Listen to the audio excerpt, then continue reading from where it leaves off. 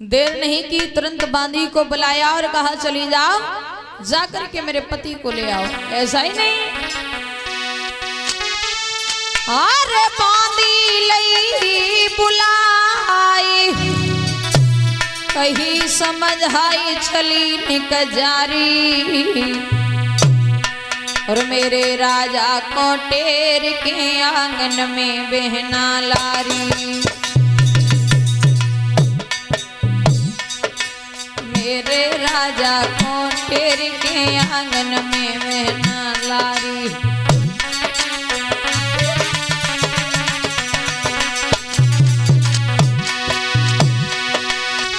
चली बिटरिया रंग महल से मसकत जाती मरो अच्छा,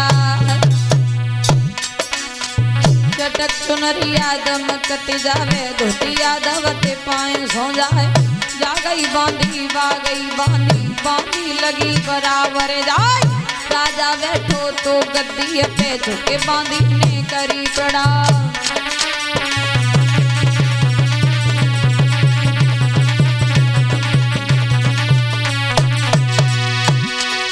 राजा बैठो तो गद्दी पे झुकी, बांधी ने करी प्रणाम। तुम्हें बुलायो है रानी ने, सोच लिबे को हो तैयार। बंद कचेरी करी भूपने, पहुंचो बीच भवन में जाए। खटिया डारी रही आंगन में, बाप बिठाई ले भरतार।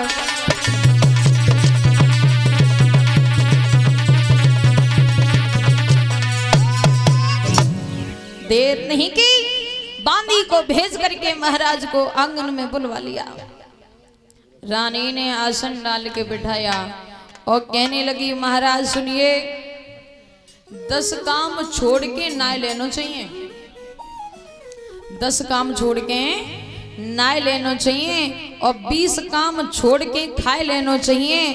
घर में यदि बिटिया है विवाह के योग्य, तो सब काम छोड़ के हाथ पीले कर देने चाहिए।